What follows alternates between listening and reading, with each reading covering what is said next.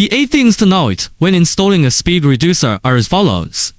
Base type installation. The centerline height should be calibrated. Coupling connection should be calibrated. Coaxiality of the two shafts. Flexible coupling when the amount of fluid does not exceed the allowable range of the coupling. Rigid coupling must ensure that the shape and position tolerance of each mounting coupling. Long shaft coupling also need to be sufficient rigidity of the shaft.